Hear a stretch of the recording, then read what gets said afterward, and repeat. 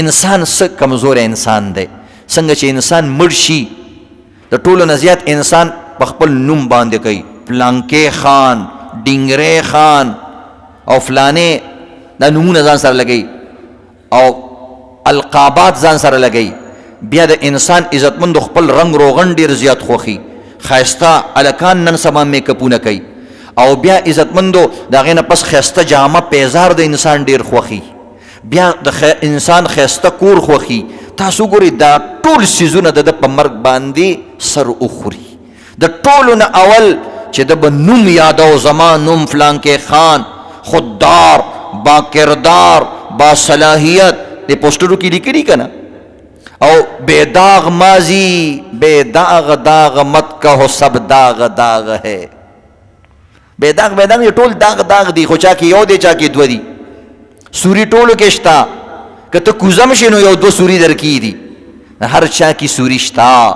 د ټولو نه اول چې څنګه ته مړ شې ستا هغه نوم خان، فلانکې، محترم، جناب، مولانا، مفتی، کونسلر صاحب، ناظم صاحب، نگران وزیر اعظم، وزیر اعظم، صدر مملکت، د ټولو نه اول دی نوم ختم شي. وی هغه مړی څه شو؟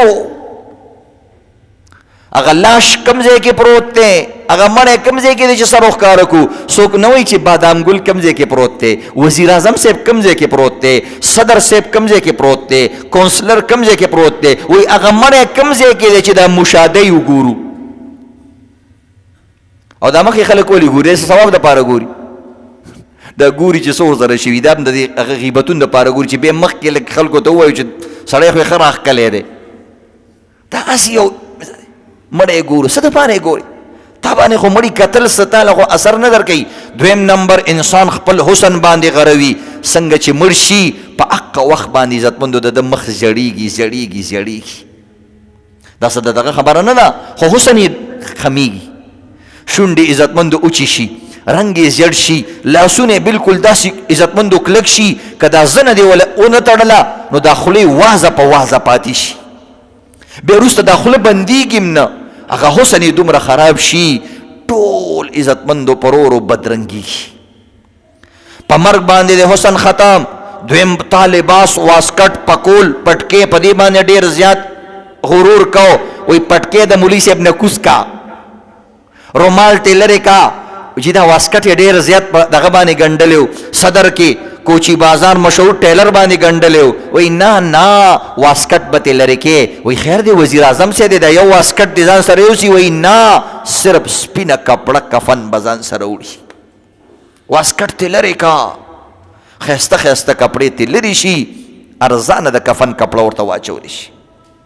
بیا عزتمندو انسان په مختلف سیزونو بیا په کور باندې فخر کوي. زمونږ اجرې ته چېرته را چکر شه که نه، مونږ پکې بوټي کرلی دي او مونږ پکې څاروي ساتلی دي، مونږ پکې مارغان ساتلی دي، مونږ پکې شیران ساتلی دي.